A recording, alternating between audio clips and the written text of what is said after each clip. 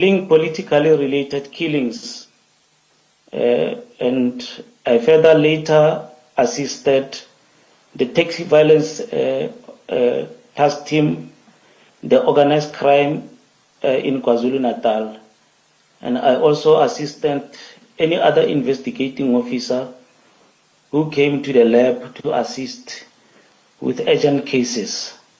So I would assist such people to expedite the investigation with regard to ballistics. And Captain, you explain in paragraph 3 that as part of your work, you were requested to perform a comparative forensic ballistic examination. Can you explain what this request was about?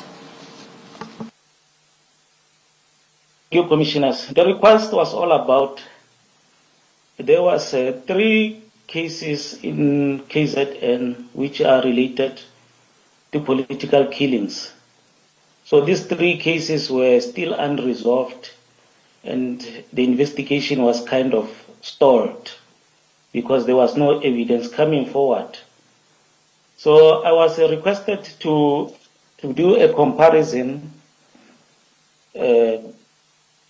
Paragraph 3.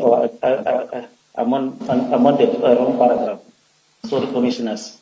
So I was requested to do a comparative ballistics examination by comparing the ballistics results on Bramley case 149 of 4/2024, which is the matter of Mr. Swart of QTech Engineering.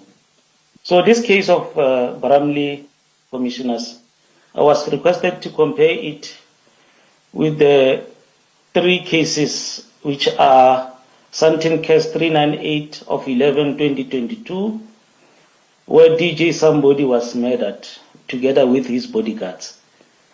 The other case was Orlando case 93 of 2/2023, where Mr. Don Tingleni was killed. And the third case was Orlando case 220 of 3/2022, where DJ Vintos was killed. That's the initial request. Thank you, Captain. That is one of the requests that I received from the organized crime unit. Thank you, Captain. And before we deal with the specifics of that examination, you detail your education and work experience at paragraph 4. Can you take the Commission through that, but with reference to Annexure A? Commissioners, in Annexure A, the witness has given a comprehensive description of his qualifications, so he will make mention of paragraph 2 in particular. Captain, can you take the Commissioners through your education and experience?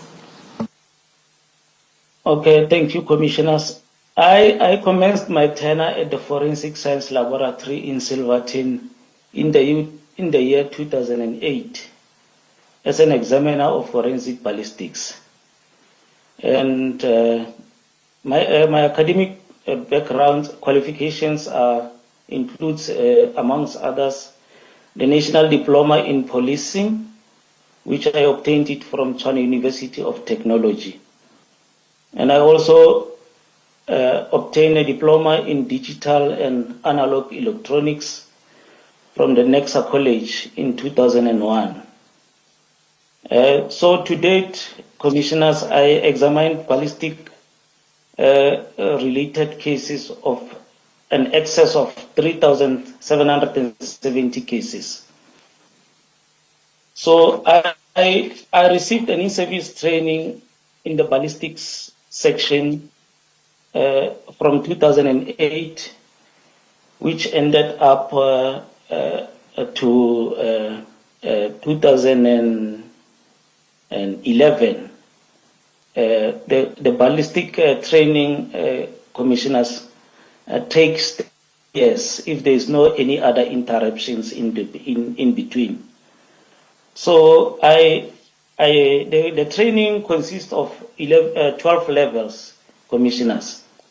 So I completed all the 12 levels in ballistics related investigations. So that's basically my qualifications and the trainings that I received. I also received external trainings from different training providers with related to ballistics analysis.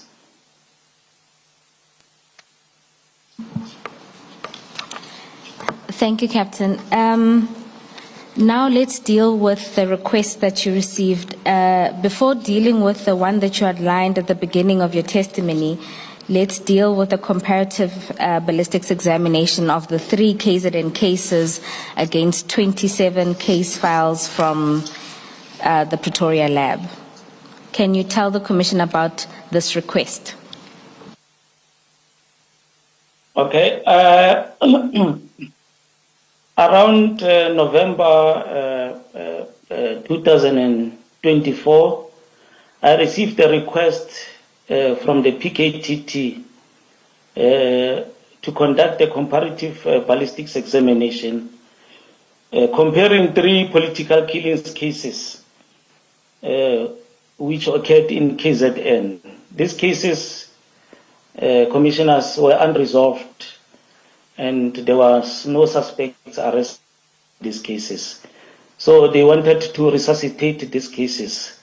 So they requested me to compare these 3 cases, which are Escort Case 92 of 8/2019, Newcastle Case 208 of 5/2019, and Escort 100 of 9/2018. I was requested to compare these cases with the number of cases that were given to me by the investigators of the PKTT. These cases were 27 in total from Pretoria. So I've mentioned all these 27 cases in my report. I don't know if I must read all of them, but they appear on my statement. Captain, you don't need to read all of them. They are before the commissioners. But can you explain then? Appearing under paragraph 5 of your statement, Captain. That's correct, commissioners. I notice we notice that the sub numbering is incorrect. It should be 5.1 to 5 point whatever the last sub number is. 5.27. Will you attend to that, Ms. Powe? Chair, I will attend to it. Thank you. Thank you, Chair. Captain, you described in your statement the process that you then follow once this request was given to you, and you start describing this process from paragraph 7. Can you explain the process to the Commission? Okay, thank you, commissioners. So the request was from paragraph 7. Yes, Captain, and that's just after you receive the request to then collect the case files in Pretoria. Okay, following the above request, commissioners, I arranged with Lieutenant Colonel Leso in Ballistics Pretoria to collect the 27 case files because you have to request the case files you have to request the case files so that they can make them ready and available to you. So I arranged with Lieutenant Colonel Leso, and each case contained relevant reports, the covering letters, the exhibits and worksheets, and associate correspondence and notes. So after Colonel Leso confirmed that the cases were ready, I made a trip to Pretoria, where I'm originally based.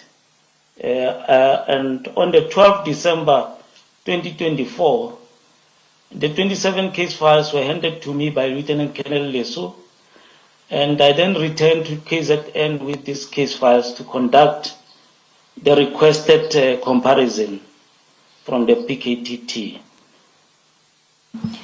And Captain, can you describe how this comparison occurs? How do you undertake this process? Okay, the process will start with the case files in front of you, and you open each case individually and comparing with another case from the opposite. In this case, I was comparing the 3 KZN case files with all these 27 case files from Pretoria. So, firstly, I will open the case files, which are of KZN. 3 of them I will open them, and one by one I will be comparing this specimen from the KZN cases, comparing them one by one with the Pretoria case files, or with the Pretoria exhibits that are on the case files.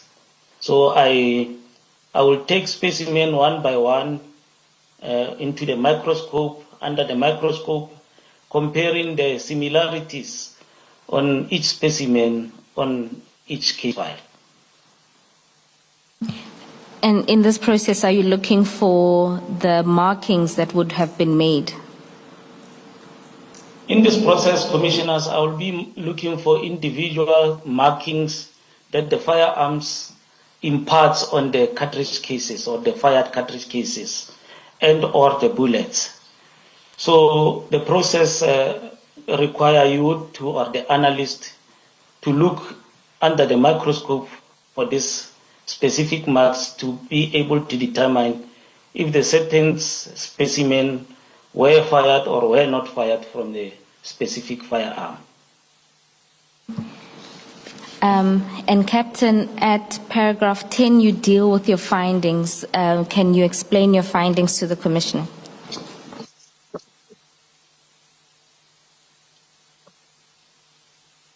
Okay.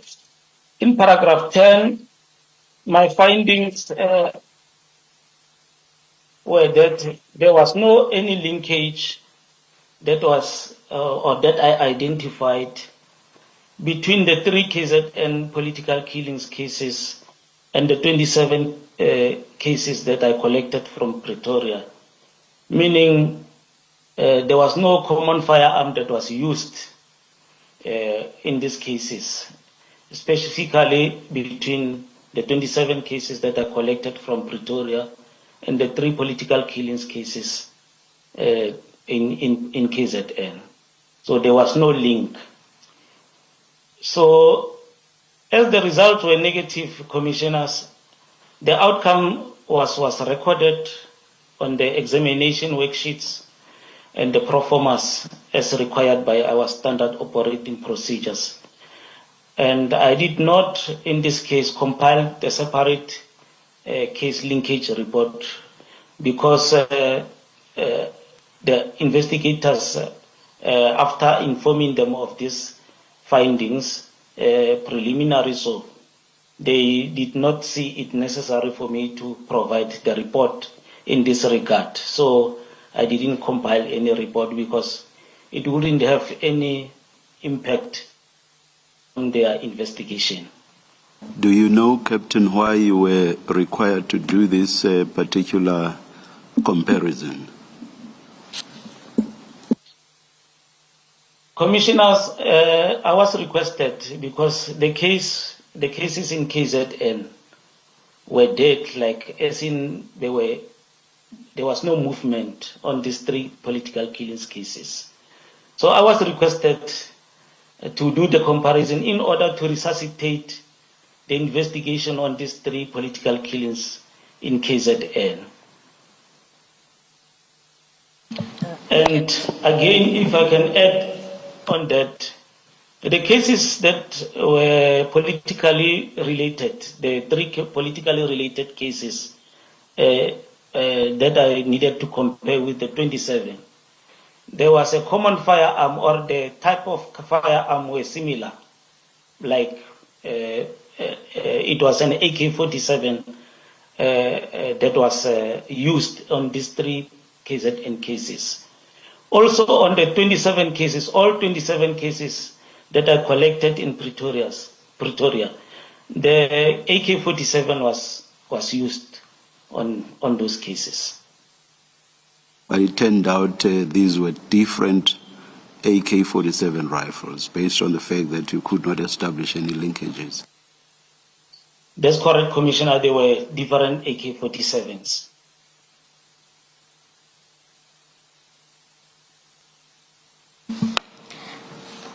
Captain, you then deal with the next comparative ballistics examination request, and this in particular are the 3 cases you outlined at the beginning.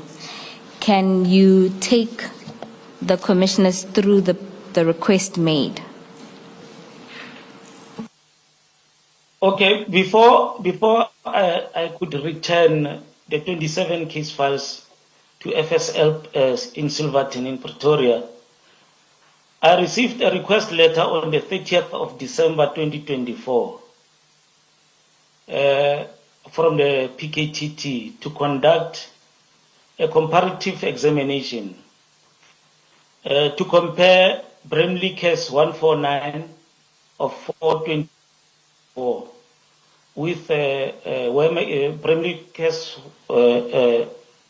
149 of 4/2024 and Santin case 398 of 11/2022, together with 2 Orlando cases, which are Orlando case 220 of 3/2022 and Orlando case 93 of 2/2023. In Bramley case 149, commissioners, there is firearms that were confiscated from the suspects, in possession of the suspects. And in Santin 398 of 11/2022, it was a matter of DJ somebody together with his 2 bodyguards. And Orlando case 220, it was a matter of DJ Vintos. And Orlando case 93 was the matter of Mr. Don Tiglene. Captain, in terms of your procedures, you then accessed the files on your FSL system. What did you then discover there? Okay, what I did, because I had to locate especially the Bramley case, I had to locate it because already Santin case and 2 Orlando cases were in my possession. I know that I have them. So I had to locate the Bramley case 149 of 4/2024. I then went into the system on the same date, the 30th of December. I checked on the FSL system. The FSL system, commissioners, is a centralized national system. So I used this system to locate this case file from Bramley. Upon accessing the system, commissioners, I noted that Bramley case 149 of 4 was reflected twice on the system.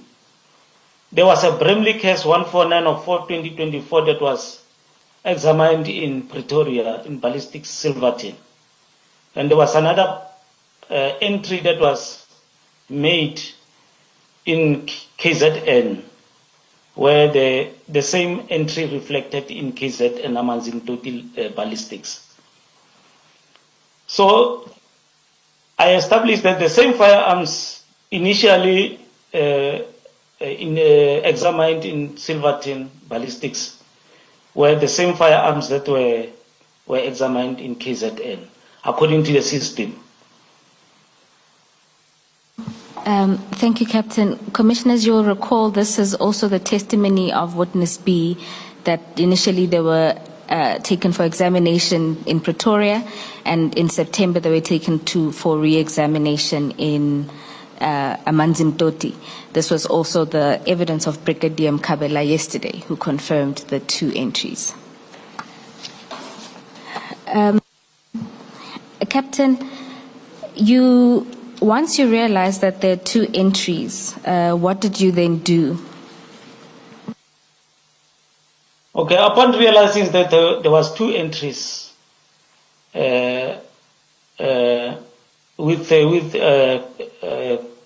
of Bramley case 149, I requested the case file and spoke to Warrant Officer Keita, who was the ballistics analyst that analyzed the Bramley case in KZN.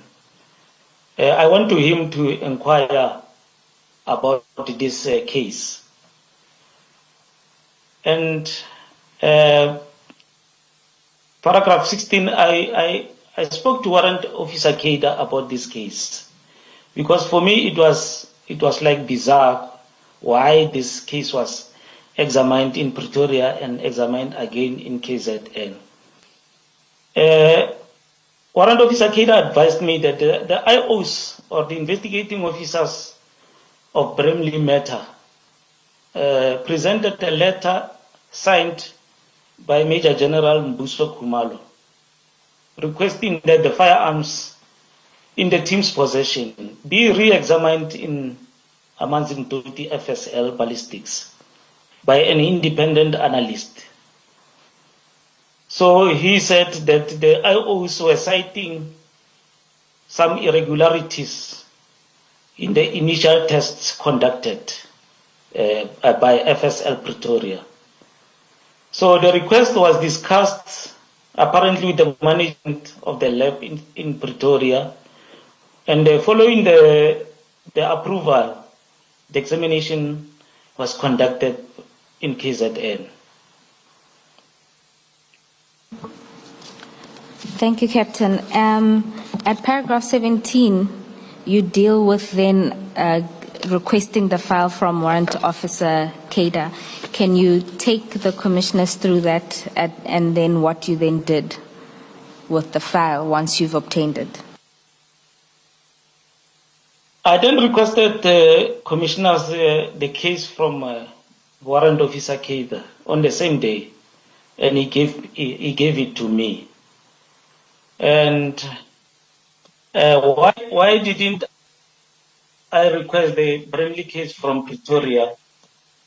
Is because I saw that the same exhibits that were examined in KZN were the same ones that were examined in Pretoria. So I opened these 3 cases together with the Bramley case and started to do my comparison, commissioners. And commissioners, as ballistics, we do not do anything outside the request, as per the request letter, commissioners. Because if we do anything out of the request letter, we may be seen as biased and having some interest in the case. So we do as the request is saying.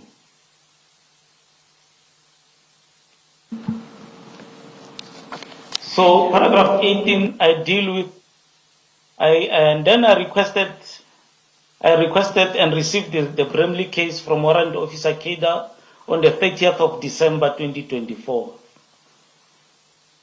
And I then opened these 3 Pretoria matters together with the Bramley case and started to do my examination to compare if there's any possible link between these cases. Commissioners, importantly, analysts work strictly within the scope of the written request, as I said. And we undertake tests beyond that mandate may compromise impartiality and create perception of bias. So if we do something that is not on the request letter, we might be seen as biased or having an interest in the case. So paragraph 19, I don't know if I must continue, commissioners. Yes, Captain. Before you continue, you're about to go into what you then found. For ease, I'm going to ask that the commissioners also open the 212 affidavit so that you can then explain to them the process that you undertook in the examination.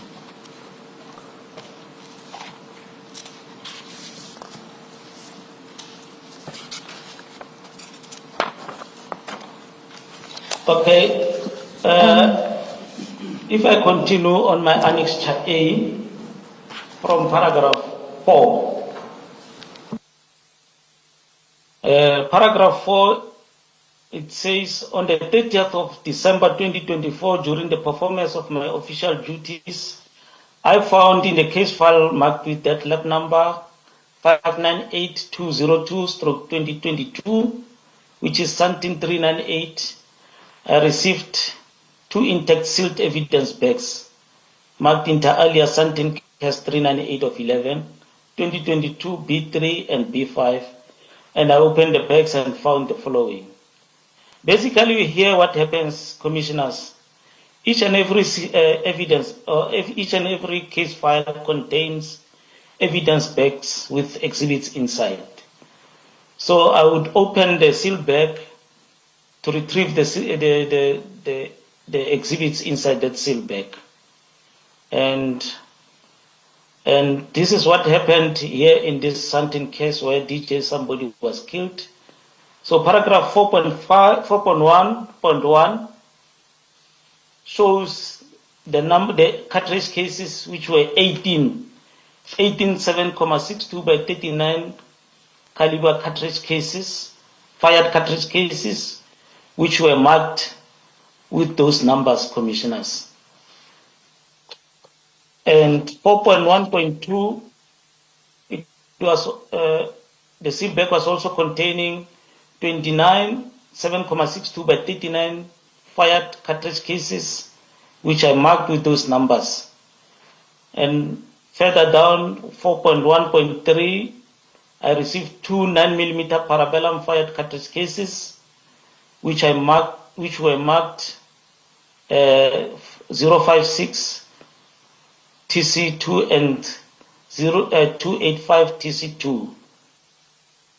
And 4.1.1, it was 4 9mm test fired bullets marked with those numbers.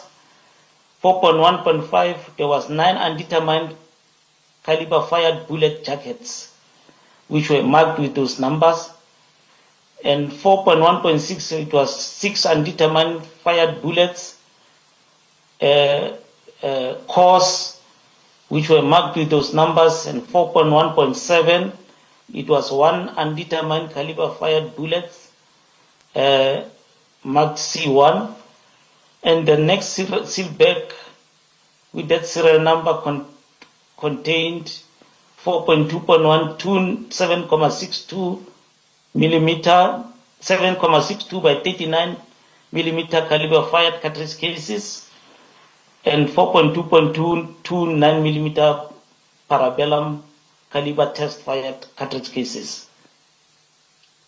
That's the exhibits. Those exhibits, all of those exhibits were in the case of Santin 398, where DJ somebody and the 2 bodyguards were killed. So paragraph 5, commissioners, it deals with Orlando case 93 of 2, where 93 of 2, it's where Mr. Donaldin Glennie was murdered. So paragraph 5.1, it says 21 7.62 by 39 caliber fired cartridge cases, which were also marked individually. 5.2, 1 possibly 7.62 fired bullet jacket. 5.3, 1 undetermined caliber fired bullet jacket. 5.4, 2 7.62 tungsten cores. 5.5, one undetermined fragment, and 5.6, one 9mm parabellum test-fired cartridge case, and 5.7, two 9mm test-fired bullets. And paragraph 6, Commissioners, deals with Orlando 220 of 3/2022, where DJ Vintos was met. In that bag, Commissioners, 6.1, it was 7.62 by 39mm caliber fired cartridge case, a 9mm parabellum caliber fired cartridge case, and 6.3, two undetermined caliber fired bullet jacket. And paragraph 7 now deals with the test exhibits that were fired by Warrant Officer Keda from the firearms that were confiscated from the suspects on Bramley case 149. So the tests, Captain, are reflected on paragraph. You need not go into all of the different exhibits. Can you explain why it is important for an analyst to go through all of these and list them in the affidavit as you have? Okay, the analyst, because now he will be opening the bags with different specimens inside. The analyst needs to identify each and every exhibit that is contained in that specific bag, together with its markings, because the markings are individually explaining this type of exhibit. So each and every exhibit has to be noted because the comparison doesn't say compare only the bullets or compare only the cartridge cases. So all the exhibits in each and every bag that analyst is going to open, it has to be analyzed under the microscope, because the request says compare the cases, the case, meaning you will compare all the exhibits that are inside these bags. So it is important to note all of these exhibits one by one in the report. Good morning, Captain. It's Commissioner Kumalo here. In paragraph 7, Morning, Commissioner. in paragraph 7, in particular 7.1.1 and 7.2.1, can you just confirm that those test cartridges are AK-47 cartridges? 7.1. Okay, Commissioners, 7.1.1, it's a test fired cartridge case of an AK-47. Yes. And 7.2.1? Then 7.1.2, it's a test fired cartridge case of a 9mm parabellum caliber or firearm. No, Captain, I asked about 7.2.1, not 7.1.2. Oh, that's correct, Commissioner, yes. They are both cartridge cases of an AK-47 rifle, Commissioners. Yes, and the reason I'm asking you that is because the evidence we have heard in this commission is that 15 test cartridges were recovered at Bramley in respect of the AK-47 that was found there. So I just wanted to know why you only got hold of 2 of them and not 15. Am I misunderstanding something? Yes, Commissioner, if I may just explain that. Because the 15 cartridge cases of an AK-47 were firstly analyzed in Silverton, Pretoria. After the analyst have concluded his analysis, the only thing or the only exhibits that he will dispose of to the station will be the rifles or the the exhibit firearms. So the 15 cartridge cases, I did not receive them because I did not deal with the Bramley case in Pretoria. I dealt with the Bramley case in KZN.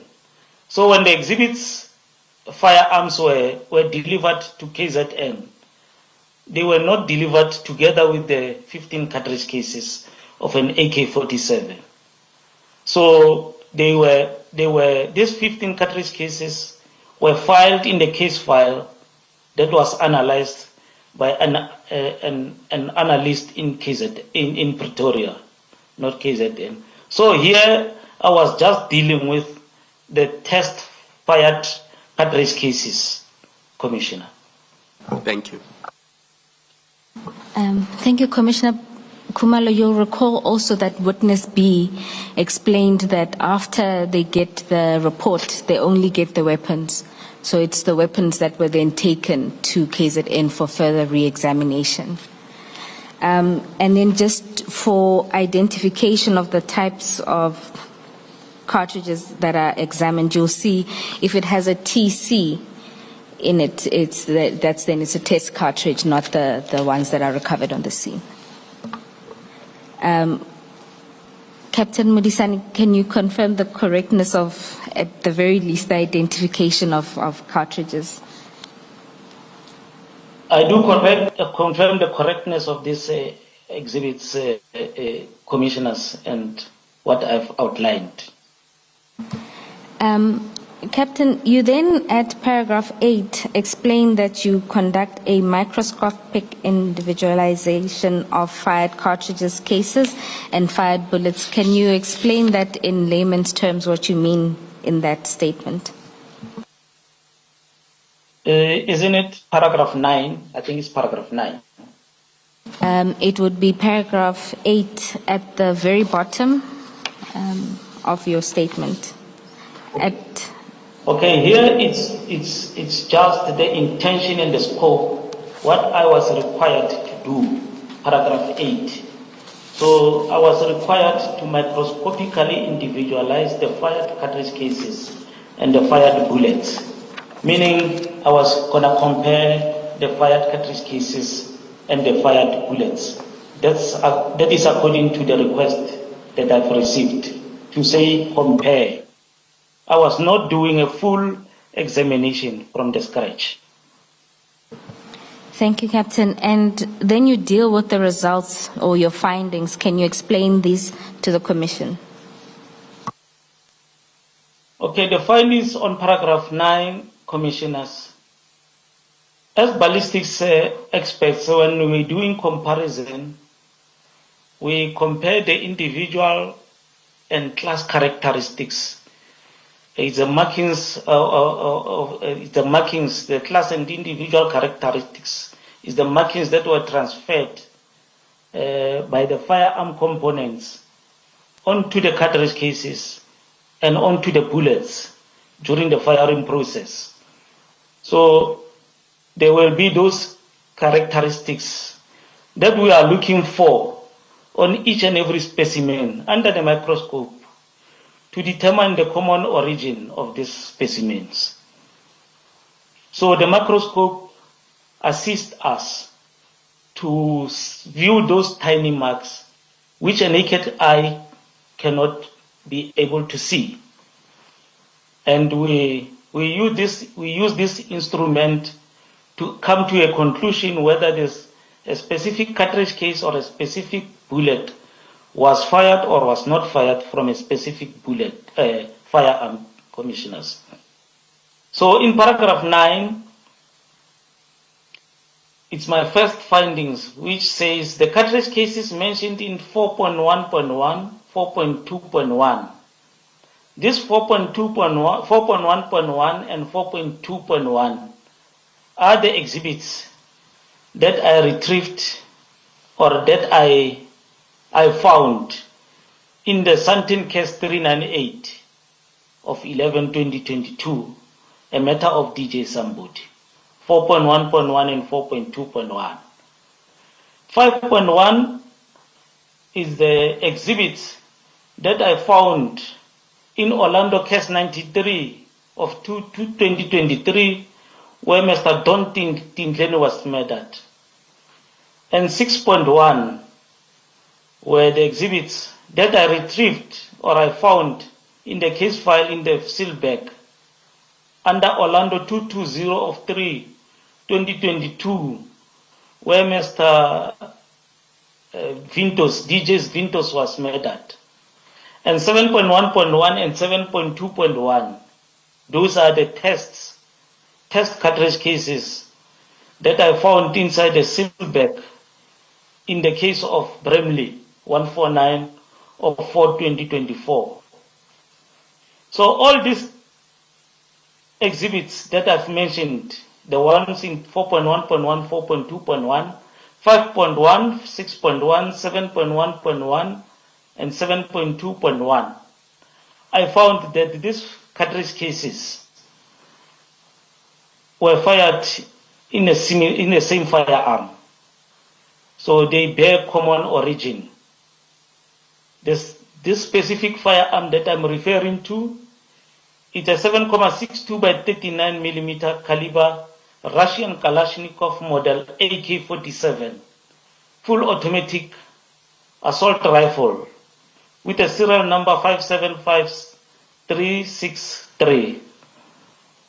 That AK-47, commissioners, is the same AK-47 that was found in the suspects that were arrested in Bramley case 149 of 4/2024.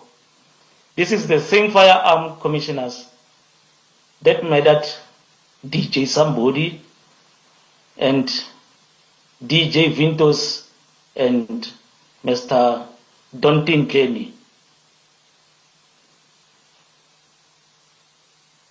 I may continue.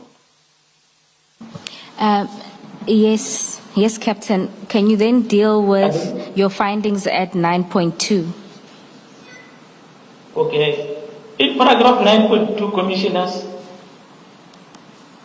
I further analyzed the 9mm parabellum cartridge cases that were found in the crime scene of DJ Vintos. This is paragraph 6.2. Is the exhibits that were found in the crime scene of DJ Vintos, and I was comparing them with the test cartridge cases in 7.1.1, 7.1.2 rather, and 7.2.2. And I found that these cartridge cases were fired from a common firearm. This firearm, commissioners, is a 9mm parabellum caliber Taurus, model PT92FS. It is a semi-automatic pistol with a serial number which was obliterated. And this firearm was marked 193045/24. And which later the serial number of this specific firearm was retrieved, and it reads as follows: TKS 21211.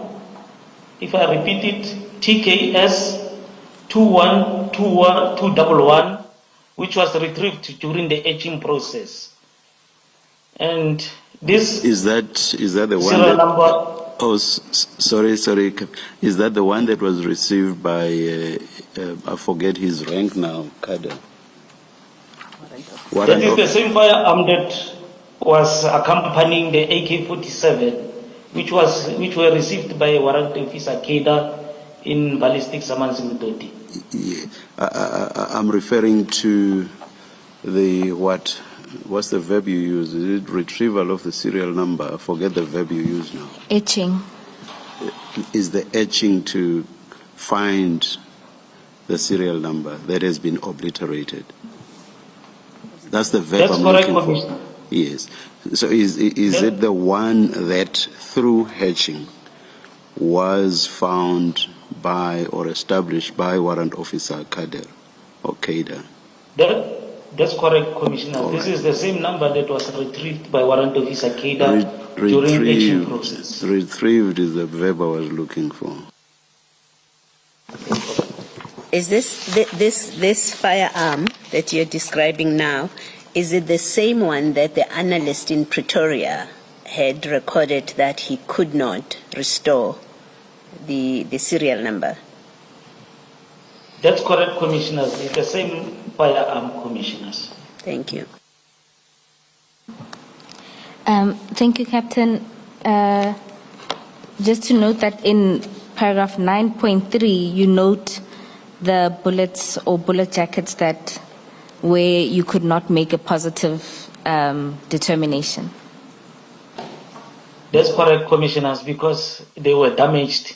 I couldn't make any link to see if whether they were fired from the specific AK-47. What does it mean that they are damaged? Is it they are damaged at the point of being fired or at the point of being tested?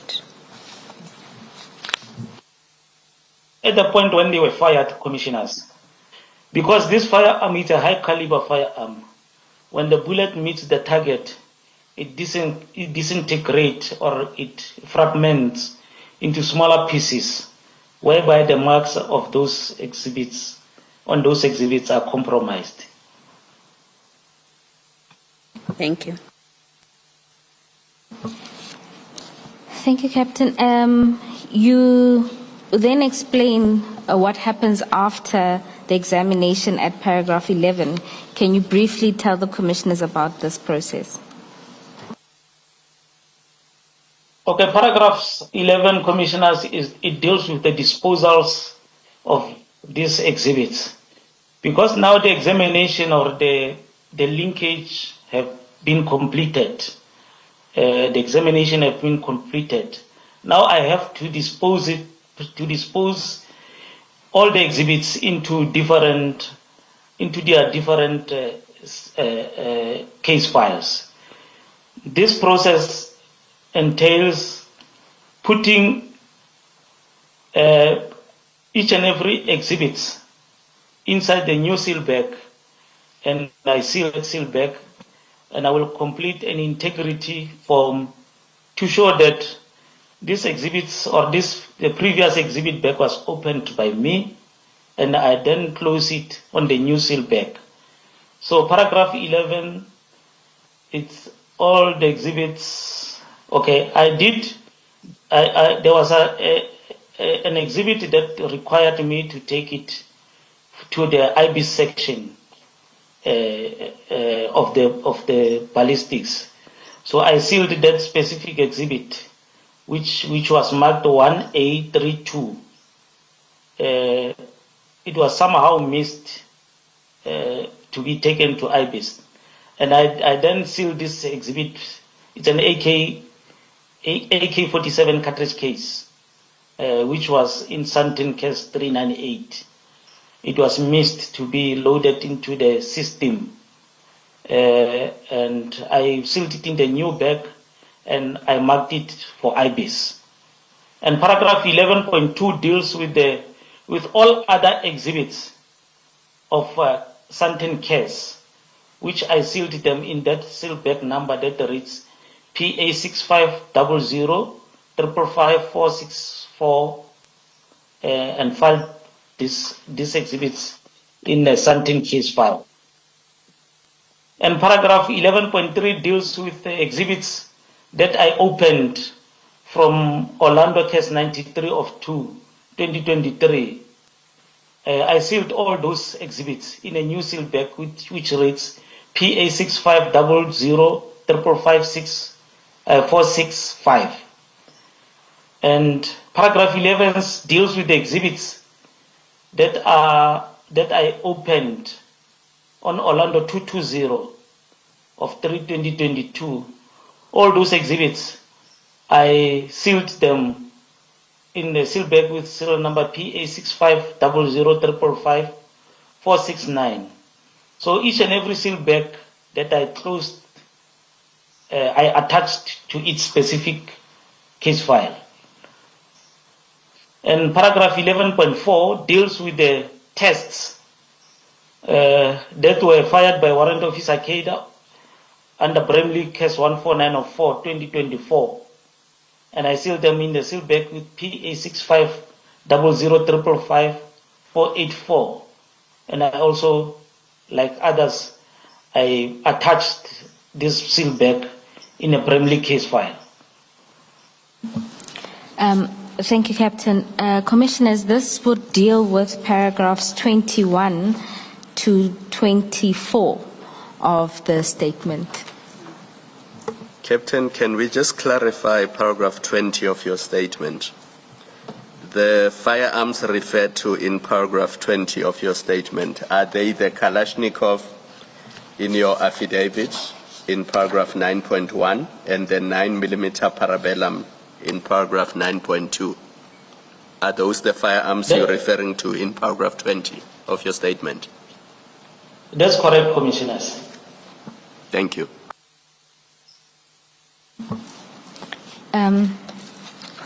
Thank you.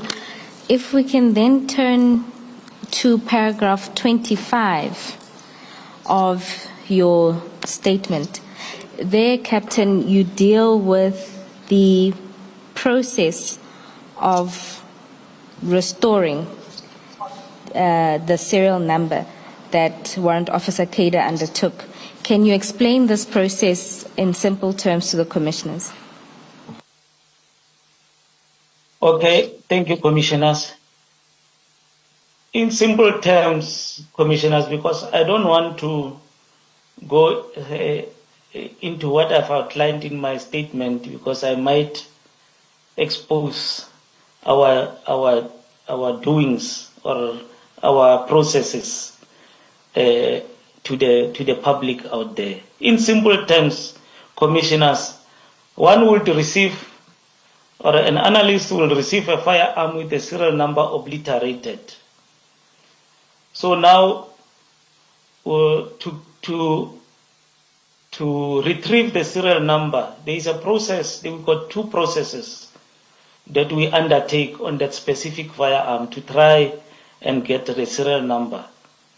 We've got magnetic etching process.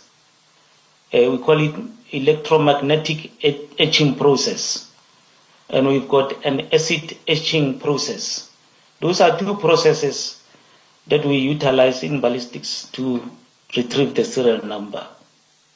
So the serial number, during attempt to retrieve it, we've got a process. We need to undertake a process of preparing the surface where the serial number has been obliterated, or the area where the serial number was originally stamped on. We prepare the surface and apply certain chemicals on that surface to let the serial number to be visible. And during that process of applying the chemicals, when the number comes up, we note it. We note it on the piece of paper to say this is a type of a serial, or this is the number that is appearing on that area where the serial number. It could be numeric digits or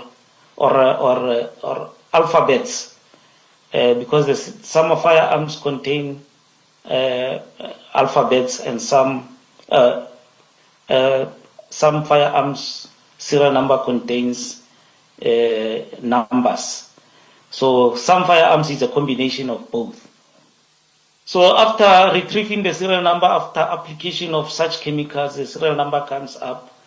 Then the analyst will call a more qualified or person or who did the etching, or who is competent on etching, to confirm what he is seeing on this process. Then when they agree on this, what they are seeing, then it is confirmed by the person, the next person, to say we saw the same number. Then that number is recorded onto the pro forma and then eventually recorded on the 212 report. That's basically what etching is all about. There's a process that we apply on the firearm, or that we conduct on the firearm, to retrieve the number. Captain, at paragraph 25.4, you deal with Captain Makgotle's findings in relation to this. Can you elaborate more on this point?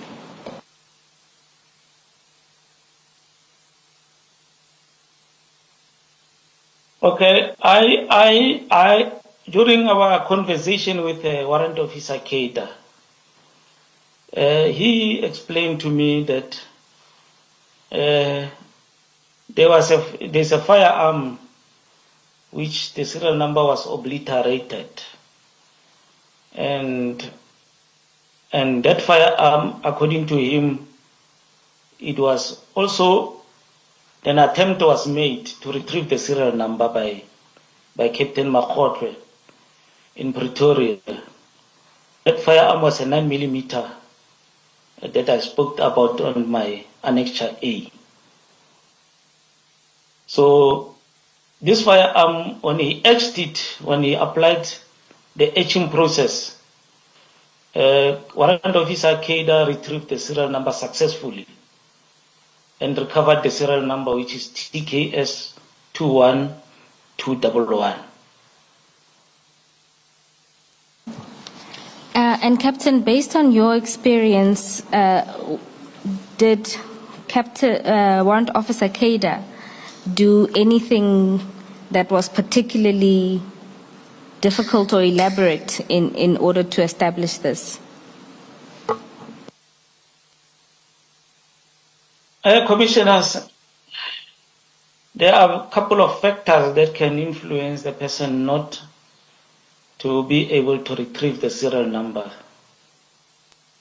They include the training that the member received, specifically on the etching process. They include a person who is not willing to go extra mile, or who doesn't do more, who couldn't do more to try and retrieve the serial number. The other factors could be the chemicals that we are using. Maybe somehow, if the chemicals also are expired, or there can be a difficulty on getting the serial number. The other factor could be, or maybe the person deliberately omitting to do his job. Those are factors. One of those factors could have influenced the person not to retrieve the serial number. Captain, when you do the restoration, the serial number restoration, what are the protocols that apply, especially if you return a negative result, such as Captain Makgotle did? What do the protocols prescribe must happen?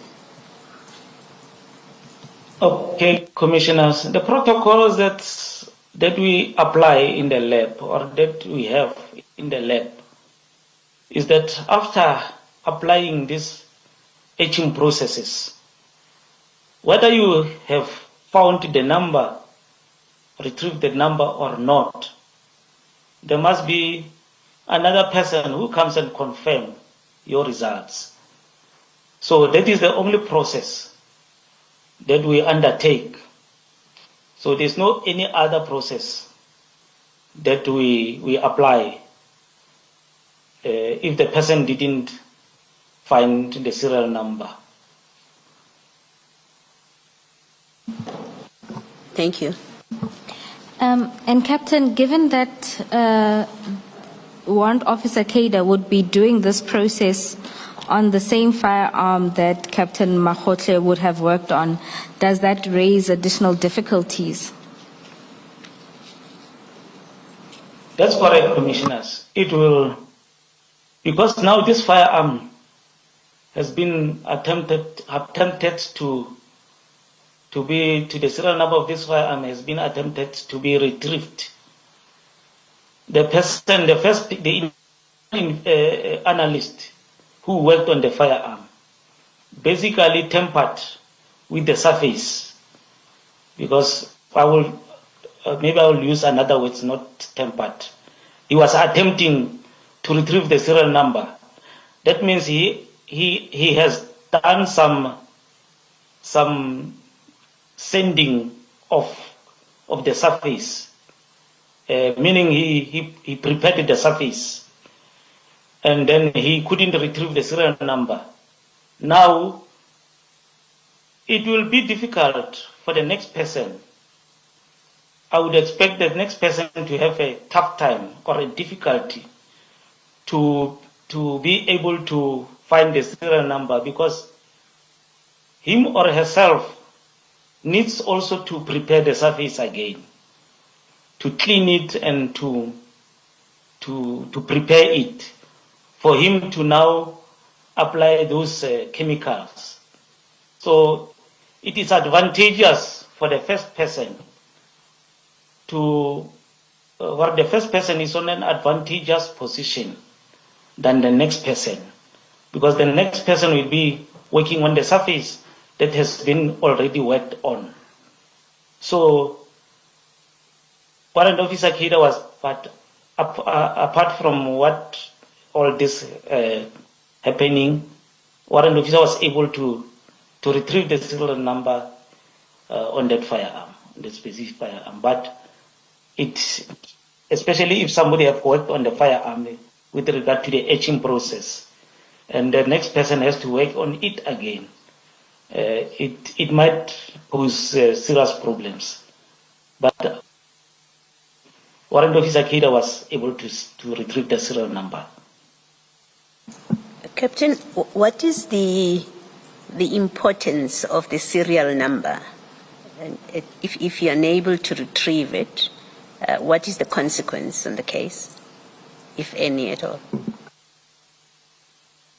The importance of the serial number, Commissioners, it shows the identity of the firearm. The same applies to the engine number of a vehicle. It shows the identity of the firearm. It shows the history of the firearm. Who's the original owner of the firearm? It will show that. It will also show that if the firearm was robbed from the owner would have opened the case. If the owner was murdered, the case could have been opened. So that serial number, if we retrieve it and we give it to the investigating officers to check on the system, it will show the history, who does the firearm originally belong to, and how was it taken from the lawful owner, whether the lawful owner was killed, whether the lawful owner was robbed, or there was a house breaking and the firearm was taken. So the serial number is very much important. It shows the identity of the firearm. If we don't have the serial number on the firearm, that firearm doesn't have identity. Thank you. And Captain, on this score, if the firearm was ever seized at any point by the police and somehow ended up in the street, this process would also be able to discover that? That's correct, Commissioners. If it was recovered by the police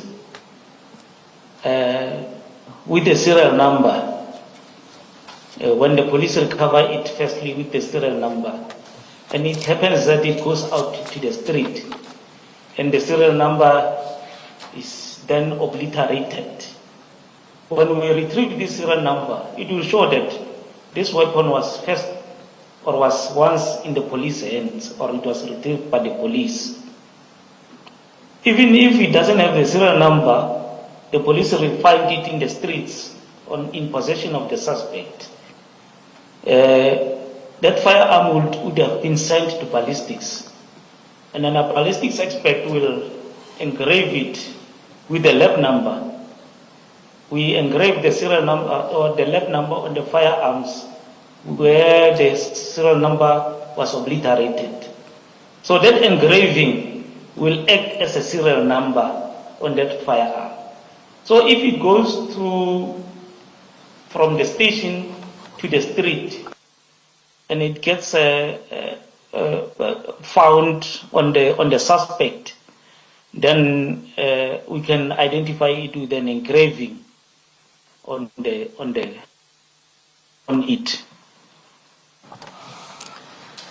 Thank you, Captain. The comparative ballistic examination that you performed, and you deal with it in paragraphs 21 to 20 of your statement. Do you know if it was also performed in Silverton? So that is before you came in and you were asked to do it. Do you know if national headquarters performed the same exercise before you were brought in to do it?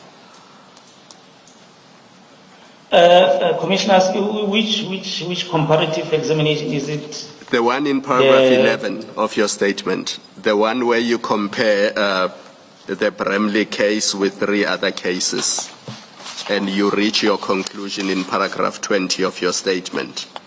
And you say during the examination you performed, you determined a link between the firearm used in Bramley and the firearm used in the murders of DJ Somebody, Don Tinhleni, and Hector Buthelezi. So do you know if that examination was performed in Silverton before you were brought in to perform it? No, Commissioners, it was not done in Silverton.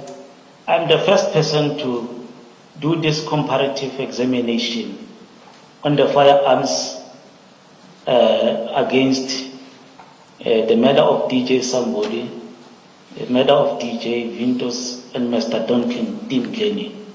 So the examination that I did was not done in Pretoria because there was no request that was forwarded. This was the first request that was forwarded, and I came to attend to this request. Does that not bother you, Captain? Because these are all Gauteng cases. The fact that you have to be brought in from KZN or from the PKTT to come and perform examinations in relation to murders that took place in Gauteng. What are the people in Gauteng doing then? In this regard, Commissioners, there was a direct request that was forwarded to me. I would assume that if the same request maybe was forwarded to Gauteng, they would have done it, Commissioners. Because it was not a ballistic IBIS link, it was a request. Maybe it was if it was captured or if it was noticed during in the IBIS as a link, they would have done it. So it was a direct request from the investigating officers based on their investigation. I think they had a suspicion that these cases are possibly linking. That's why maybe they forwarded the request to me to do the comparison examination, Commissioners. Yeah. But it bothers me that the same request was not given to Silverton. I mean, if you are aware that an AK-47 has been recovered in Bramley, and you are aware that you're dealing with other murders that involve an AK-47, why would you not perform the exercise? Yes, Commissioners, because there were already suspicions that of the examination by the investigating officers. There were suspicions of how can I put it? of not of the Pretoria, of the integrity of the Pretoria lab. Maybe that's why they sent it to us, not to them, to do the comparison. Because they also took the firearms to KZN after being analyzed in Pretoria. So they had those suspicions according to the request letter that the warrant officer Keda received. I think it's based on that. That's why they wanted a person who is not in Gauteng to do this comparative examination.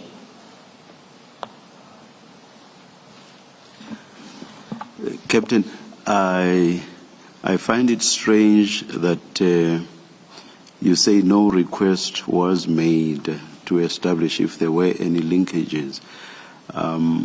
I say it is strange because the investigating officers have told us that they were told, I'm not sure now whether verbally, by Captain Mahotlwe, that there were linkages, but that when they received the report, it did not have or reflect any linkages. So what I find strange is that Captain Mahotlwe would have spoken to them about linkages when no request for linkages had been made. Do you want to comment on that? If I may comment on that, Commissioners, if indeed they received that information from Captain Mahotlwe, to me it suggests that somehow Captain Mahotlwe maybe might have had something from someone that these firearms are linked to other cases. And indeed, if that's the case, I really don't know. It's very hard for me to digest it, but that means all along, maybe I would say Captain Mahotlwe knew that these firearms from Bramley are possibly linked to other cases. Which other cases I wouldn't know. I wouldn't know which other cases. But if indeed he told the investigating officers so, I would expect him to have been able to link those firearms or those exhibits and supply the correct report. But anyway, like I said, Commissioners, one wouldn't go and do something out of his own will as a ballistics expert. We have to be directed because we might be seen as biased. So, but the information that he gave to the investigating officers was crucial, was very crucial, and that means there was some communication between him and them. I would expect them to continue and ask questions with regard to what Captain Mahotlwe is saying. I must say I like your repeated use of if, because indeed we are yet to hear from Captain Mahotlwe if he will be called. Thank you, Captain. Just one more thing, Captain. How long did it take you to perform this exercise? Because it looks from paragraph 11 like you received the request on the 30th of December 2024. And then in paragraph 24 of your statement, you say your report of 30 December 2024 is attached as Annexure A. Does that mean the whole exercise took only a day to perform and to complete? Only a day. It took only a day, Commissioners. Yeah. You know why this? In PKTT we had a motivating factor. I don't know where we were taking it. We worked on the case until we finish it. If there is a positive feedback that we are we are seeing on the examination, we will work until it's late. So, and looking at the number of exhibits that are received on the 4 cases, it's not lots of exhibits. We are dealing with lots of exhibits on other cases, which can take you more than 1 day. But these ones didn't warrant me to take more than 2 days or more. So I finished this examination in 1 day, commissioners. And is that unique to the PKTT? You've just said something important, that in the PKTT, you don't stop until you are finished. Is that unique to the PKTT, or is it something that is ingrained within the Saps, especially the ballistics division as a whole? This was unique to the PKTT commissioners. It was unique. Our turnaround time, our normal turnaround time in ballistics analysis, our normal working turnaround time, is 30 days, if I'm not mistaken, to finish the case. Our turnaround time, we made our own turnaround time in the PKTT as ballistics to 3 days, commissioners, maximum 3 days. So this case, it's based on my experience also, commissioners. Just it's a small case. It's a small case to me. Just to finish in a day.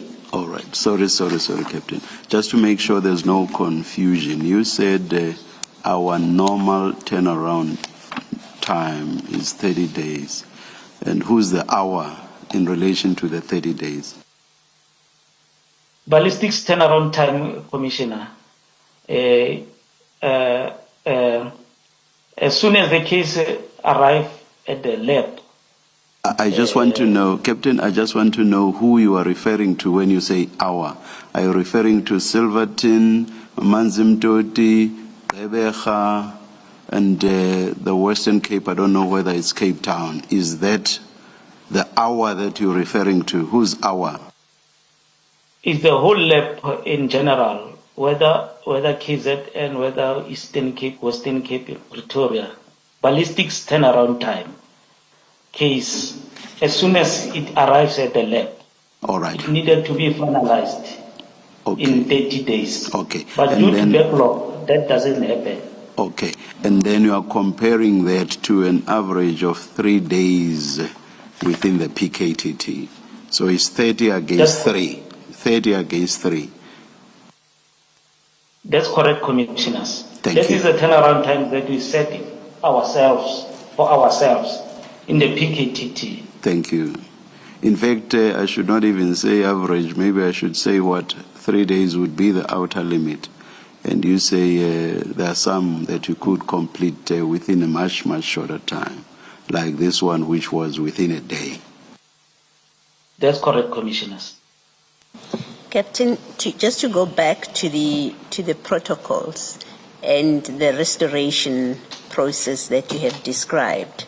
Now, in Captain Makotwe's Section 212 affidavit, he does state that he was unable to restore the serial number. Now, you've told us, and we've also heard from the Brigadier yesterday, that a second person would have another look, whether it's a positive or negative response, and you've just confirmed that. Would the conclusion of the second person who looks at the initial outcome, would that be contained in the Section 212 affidavit of the original analyst? No, commissioners, it wouldn't reflect on the Section 212 report, but it will reflect on the worksheet that the member has completed. Yes. after examination. So the confirmer will sign on the worksheet that will be attached on the case file to say, I Captain Modisani, confirm that a warrant officer or warrant officer so-so or Captain so-so retrieved or did not retrieve the serial number, then I sign on that specific pro forma. So the confirmer will sign on the pro forma. Yes. And if there's no confirmer or verifier, am I correct to say then it means that protocol, the prescribed protocol was not followed if there was no verifier? That's correct, Commissioners. Thank you. It's a protocol that needs to be abided by, to be applied or to be followed when doing this examination. Anyway, the reviewer of the case, after the examination or the analysis has been completed, the reviewer of the case will pick it up that this case was not confirmed or there's no signature of a confirmer of the etching process of this, and the case file will be returned to be corrected. All right. That is, if the reviewer does their job properly, then they would also have picked up and they would return the docket or the case That's file. Correct. That's correct. Thank you. Commissioners, just to note on the etching process, we have followed up with the witnesses A, B, and C to provide us with a supplementary dealing with their findings when they took the serial number discovered by Warrant Officer Kada. They noted that the weapons were previously recovered by police, but were not entered into SAP 13, which is the administrative process. So we have asked for an affidavit in that regard. Captain, just for completeness, your 212 affidavit, was that then reviewed accordingly before you shared it with the investigating officers that made the request? That's correct, Commissioners. Each and every report has to be reviewed before it gets out of the lab. So the reviewer would have done the review to check the correctness of the report. The reviewer, Commissioners, if I may also state, does not change anything on the report or the results that the analyst has done or has noted on the report. All what the reviewer checks is the mistakes, the errors, the spelling.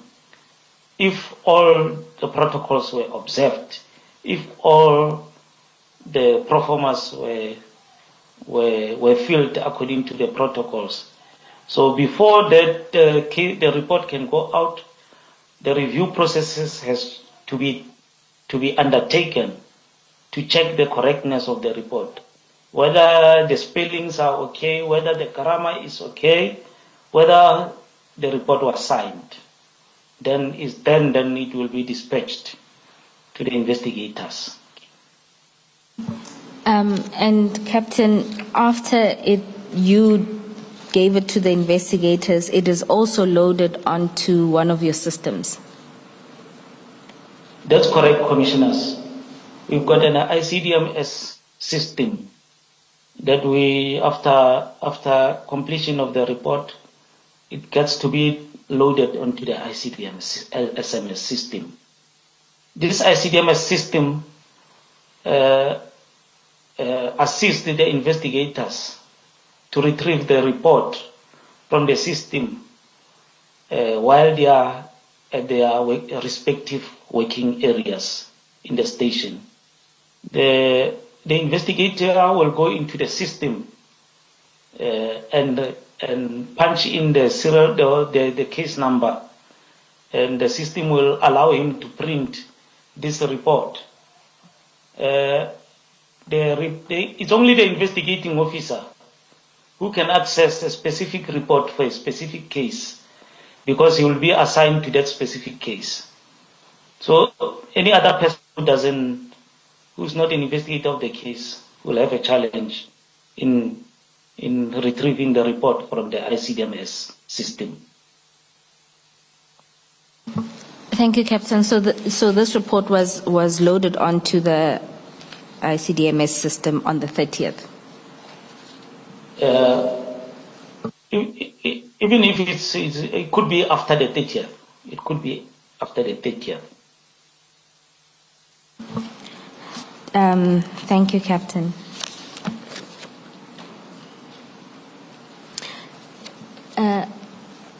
Captain, unless there are questions from the commissioners, that concludes the testimony of Captain Mudisani. Thank you very much, Captain. Let us adjourn and resume at 11:15. Thank you, Commissioners.